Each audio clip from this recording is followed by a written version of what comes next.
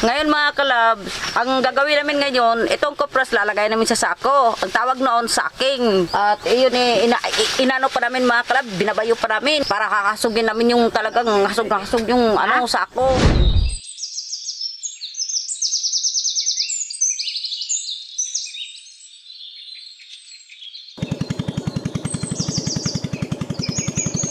So ngayon mga kalab ay pupunta tayo sa fish pond mga kalab kasi sila mama kanina mga kalab ay pumunta dito sa bandol kasi hinahanap kami ni mama mga kalab kasi mamaya ay mag-prepare po kami sa mga kupra mga kalab para bukas ibibinta daw nila mama. So ngayon ay pupunta kami sa fish pond at dadalhin namin ay yung mga baruto mga kalab sa Bisaya pa. Yung baruto gagamitin namin ay sa kuya ko mga kalab, rinintahan lang namin kasi negosyo naman nila noon, hindi natin pwede hihiramin kasi negosyo nila yan.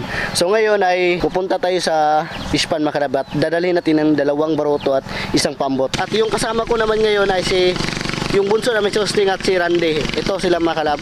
Hi mga kalab, so yung bunso namin. Tayo ng fish pond dahil mag-prepare kami ng kupras dahil bibigyan namin bukas sa Kabadbara mga kalabs. So sama yun naming igagaw na si Randy mga kalabs. So nandito siya ngayon mga kalabs. Hi mga kalab. Tutulong daw siya mga kalab sa maghahakot ng kupra mga kalab.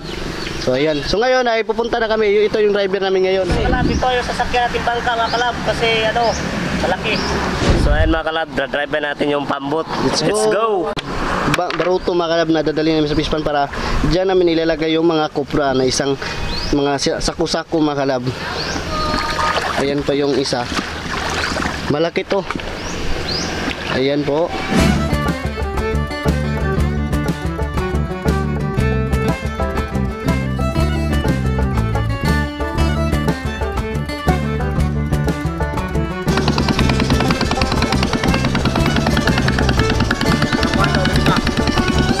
Talaga yung mga bangka na negosyo po nila kuya mga kalab, kuya Sandy na lalagyan ng mga nipa at yung pangbubong mga kalab at pwede nyo ririntahan yung mga bangka dito kasi negosyo naman yan. So ito naman ay itong mga bangka ay sa kuya ko to mga kalab. So ngayon ay nakalarga na kami. Ito na ngayon yung itsura namin. So ngayon ay punta na kami sa fish pond ngayon mga kalab. Let's go!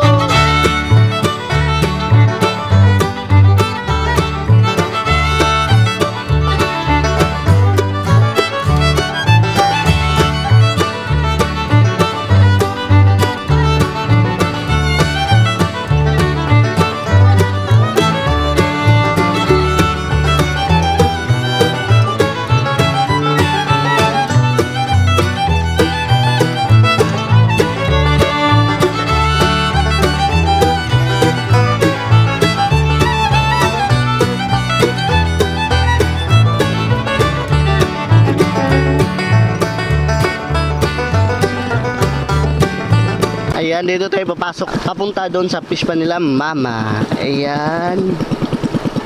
Maliit na ilog.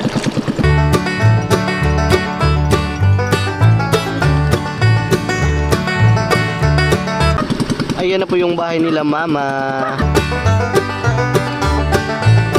Ayan po yung mga aso nila. Ayan po, nakarating na kami sa bahay nila mama. So ngayon ay papasok tayo kasi si mama ay nandun sa loob. Kumakain pa kasi wala pang tanghalian mga kalab. Kasi nabisi na nga sila sa pagkukupra at ngayon na lang yung tanghali nila. So ngayon ay papasok tayo sa loob para makita natin si mama. So mga kalab, ito na yung kupras, naluto na. Ang uban tos dangkahan. Ito na po yung mga kupra nila.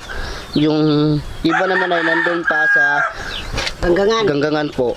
So ngayon ay sobrang dami yung kupra niyo ba?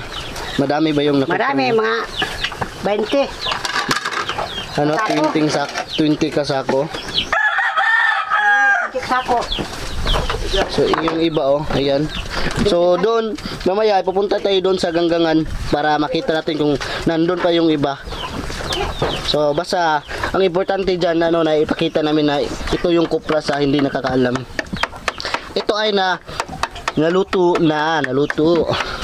Hi mga kalabs, ako pala kapatid ni Papa ni Francis. Ang ginagawa namin ngayon, nagluluto kami dito ng nyug, dito sa tapahan.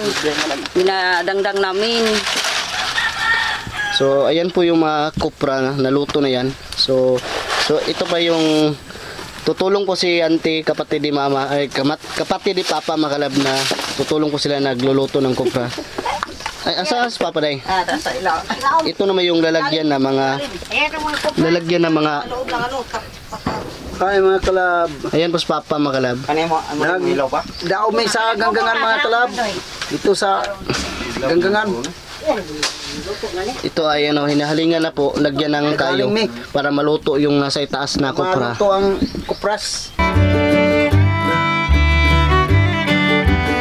Ayan pa yung mga koprang iba ay nandito sa itaas. Ayan po. Ito po ngayong itsura. So bukas ay maluto na yan. So bukas natin yan ngayon ay yung iba ay i-prepare namin. Ipapasok namin sa sako. Ngayon, yung iba naman ito ay bukas na namin to kukunan. Bukas na namin to kukunin kasi hindi pa naluto. Ngayon mga kalab, ang gagawin namin ngayon, itong kopras lalagay namin sa sako. Ang tawag noon saking dito sa Bisaya. At iyon inano pa namin mga kalab, binabayo pa namin para kakasugin namin yung talagang hasog yung sako, yung isang sakong boardin. Para mabigat. Para mabigat siya, para marami timbang pag mabigat. Ganun talaga yan. Ganun talaga to mga kalabs. Maraming salamat. At so ayan mga kalab, bibigyan natin ng bao para lumakas yung apoy para mabilis yung lumuto yung kopras natin mga kalab. Tingnan nyo mga kalabs.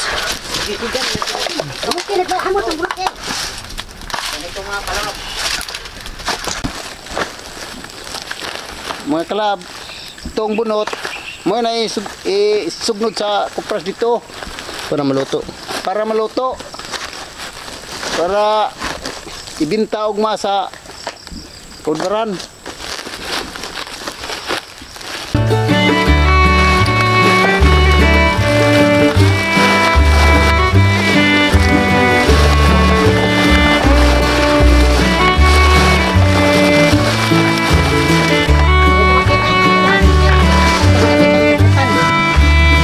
Ayan po yung mga kopra ay pinapasok po ni auntie sa sako. Isang linggo na to mga kalab, itong kopras na ito na niluluto namin. Ganito. Ganito na yung itsura. Ang matsura. Mamula.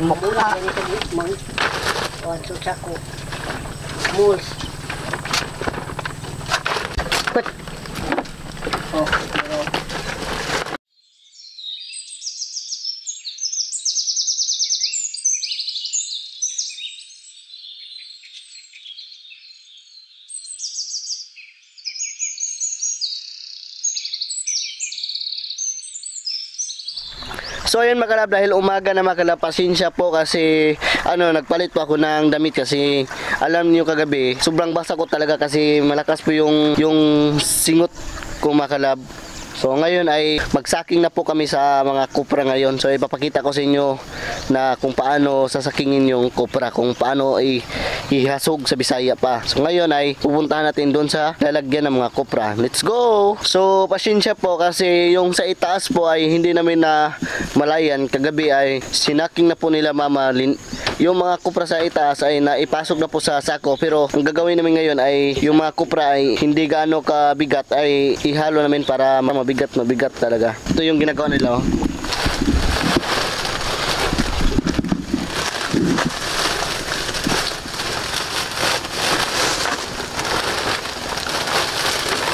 Ayan po yung ginagawa nila. Parang ganito mga kalabo. Yung iba ay papasok dito. Tapos parang ganyan hinasog. Tingnan pre. So ayan mga kalab, ginagawa namin to para malaki yung sulod sa ilalim ng sako mga kalabs. Para mabigat yung timbang niya, para hindi alkansi sa sako mga kalabs. Ayan po.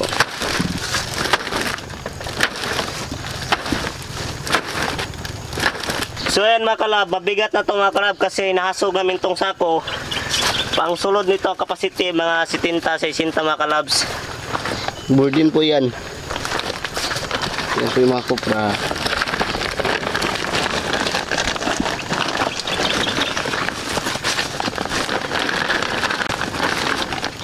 Ngayon. Nagaw, ito ang sugon niya.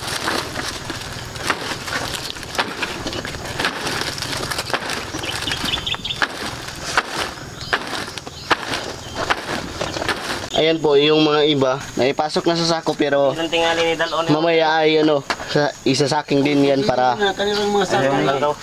malaman natin kung ilan lang yung sako ang Panghawid. malalagyan ng kupra. Para hindi tayo malakansi sa pagsasaking. So ngayon ay ating tantanon yung mga sana?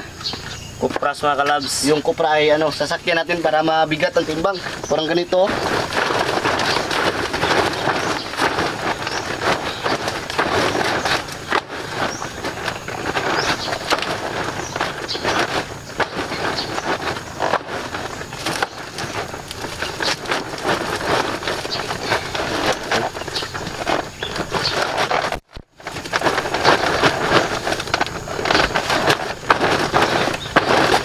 Para mabigat, ganito lang. Tara.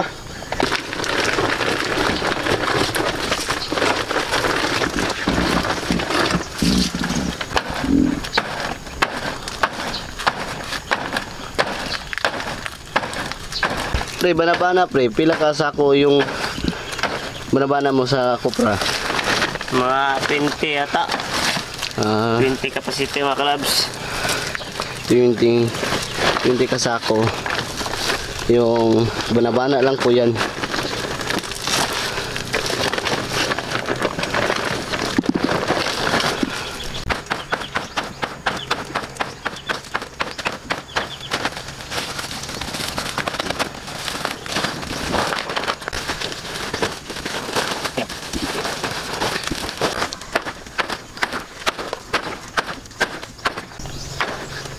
Yung ginagawa naman ni Papa po mga kalab ay tinatahi po yung mga isang sakong kupra mga kalab. Ayan, yung ginagawa niya.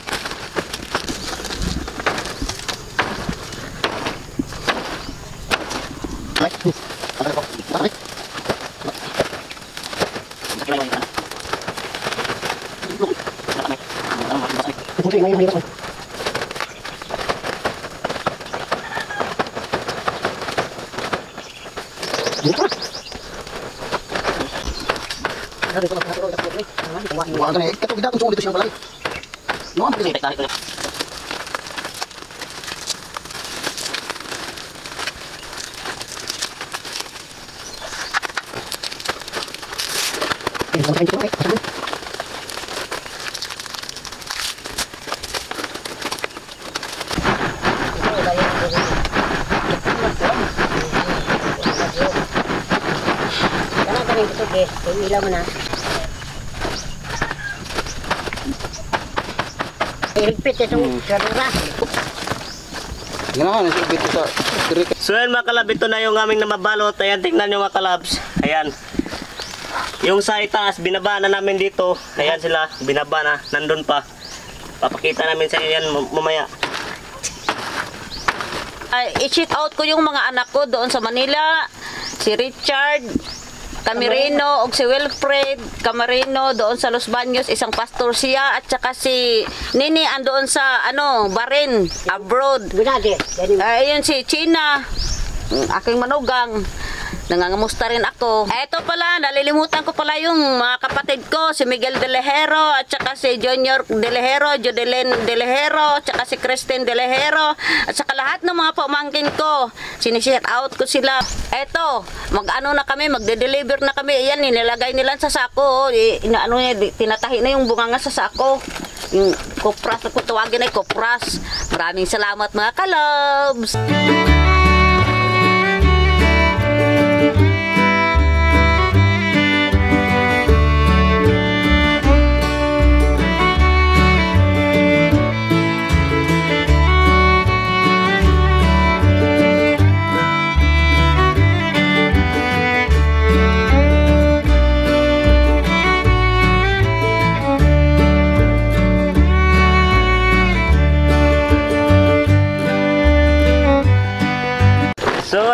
kalab, natapos na lang dito. Doon naman tayo sa kabila dahil meron pang 4 kasako doon natin pang ahasugin sa sako mga kalabs. Tara, let's go.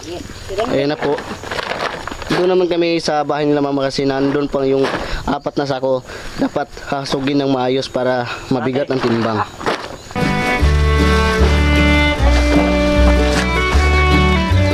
Mga kalabs, kakain muna kami. Almusalan dahil talagang nakakagutom na talaga. Tapos kami nag-ano ng kopras namin, no? Sudan daw. Tapos na. Ay, ang ulam namin, no? Ito, tuyo. Ayun. Ang ulam namin, mga kalabs. Talagang mahirap talaga, mga kalab ang mahirap. Naisuka na lang doyo. Itakloban. Maraming salamat. Taklog. Ayan po yung ulam namin. So ayan mga kalabs. Gabi mo Buwan lang kami Sudan kasi pispan kasi dito. Masarap dito ang bulad kapag pispan ng pinalagayan mo mga kalabs. Anong kaibahan pre kung nandun sa Kasi kapag sa baryo ka, nandun sa Kilid Highway, parang hindi mo masyado maraming kainin mo kasi hindi ganado yung kain? Oo, maraming tao, maulaw ka dun. Lahira dito. Ayan po. Yung ulam namin ngayon tuyo with sili. So ngayon ay kakain muna kami mga kalab para may laman yung tiyan namin, no? So ngayon ay naipakita ko naman sa inyo kung ano ang ulam namin, yung tuyo. So ngayon ay let's eat now na. So ngayon mga kalab, dahil natapos sa kaming kumain, so ngayon ay ipagpatuloy pa rin yung pagsasaking ng kupra. So ito pala sila, yung ginagawa nila. So ayan mga kalab, ito na lang yung aming tinitiwas mga kalab kung sa Bisaya pag manon. Kay mo na lang na yung saking uno na lang. Last. Tapos magkagawa ka namin sa bangka mga kalabs. Magkikita nyo yan mamaya. At so ayan mga kalab, dito ilalagay yung kupras sa bangka. Dito namin nila ikarga pagadong ng bandol. Dito namin sasakay. Yan po yung Ayan dyan pang po isa namin mga ilalagay. kalabs. At yan ang gumuguyod sa baruto bangka.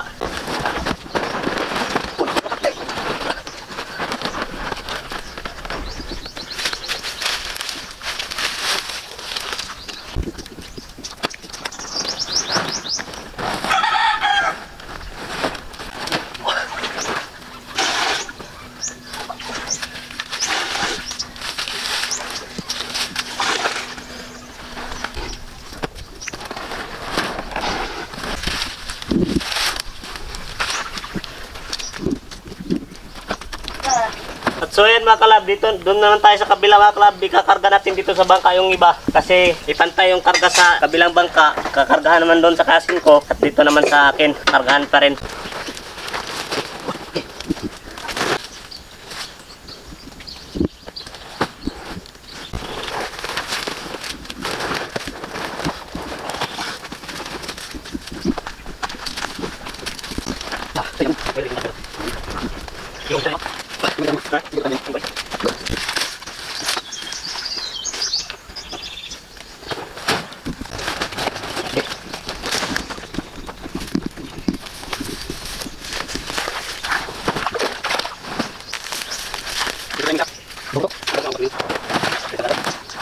So ngayon mga kalab, dahil natapos na po lahat ng kupra, naikarga na namin sa baruto. So ngayon ay pupunta na kami sa bandol mga kalab para maibenta doon sa Kabadbaran. Just keep on watching!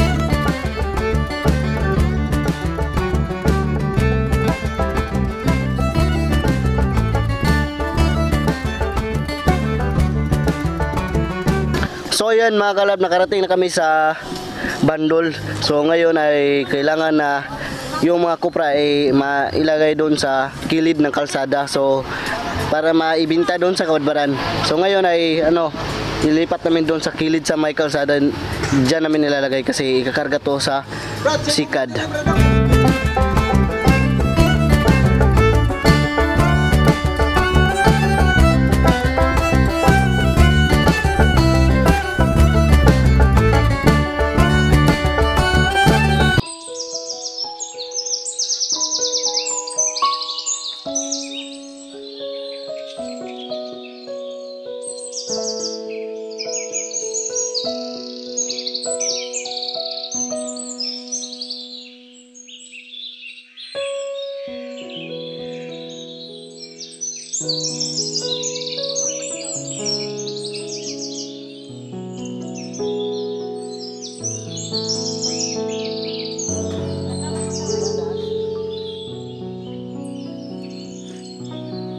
So ayan mga kalab, nakarating na po sila galing po nagbibinta ng kopra. So ngayon ay dito kami kumain nila ate kasi kasi nandito sila mama, salo-salo yung mga pamilya ko ngayon. At siyempre mga kalab, ito pala si ate.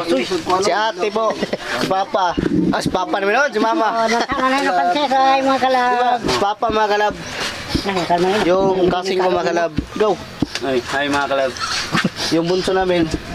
Hi mga kalabs! So ngayon ang ulam namin ay ito. Wow, kinilaw. So ayan, ngayon lang po nakapunta sila mama at papa dito dahil sobrang busy po sa fish pond at kaya po sila nakapunta dito silang dalawa kasi yung kapatid kasi ni Papa Carlo na si Auntie Evangeline ay siya po yung mas naiwan doon. Siya muna yung nagbabantay ngayon dahil nga di ba nagkokopra sila, nagbebenta sila ng kopra kaya medyo may ano sila mga kalab kaya nagsalo-salo kami dito kaya nakapunta sila dito mga kalab. Kaya minsan lang po kaming magkikita-kita nila mama at papa dahil meron talagang ginagawa sila sa fish pan at bawal iwan. Ngayon lang talaga, himala lang po ngayon. Happy birthday, Iris! Happy birthday, Iris! Thank you. Tila parang telenovela ang istorya natin mula nung makilala at ika'y dumating sa akin. Biglaan na kung napaibig, ikaw palaging nasa isip, saya sa puso ay di maalis. So ngayon dahil natapos na kami kumain, so ngayon ay uuwi na din sila mama kasi alam niyo yung fish pan talaga hindi talaga basta-basta iwanan na walang tao doon sa fish pan kasi madami mangnanakaw doon. So ngayon ay uuwi na sila. Babay mga kalab. Mga kalab, pasensya kayo. Huwag may kapil sa inyong pag-vlog kay busy may dito sa pispan. Marami ming trabaho dito. Daghang trabaho mga kalab. Muna may kapil-apil. Di mabiyaan kaya daghang mga kawatan sa pispan. Muna rin kasulti mga kalab.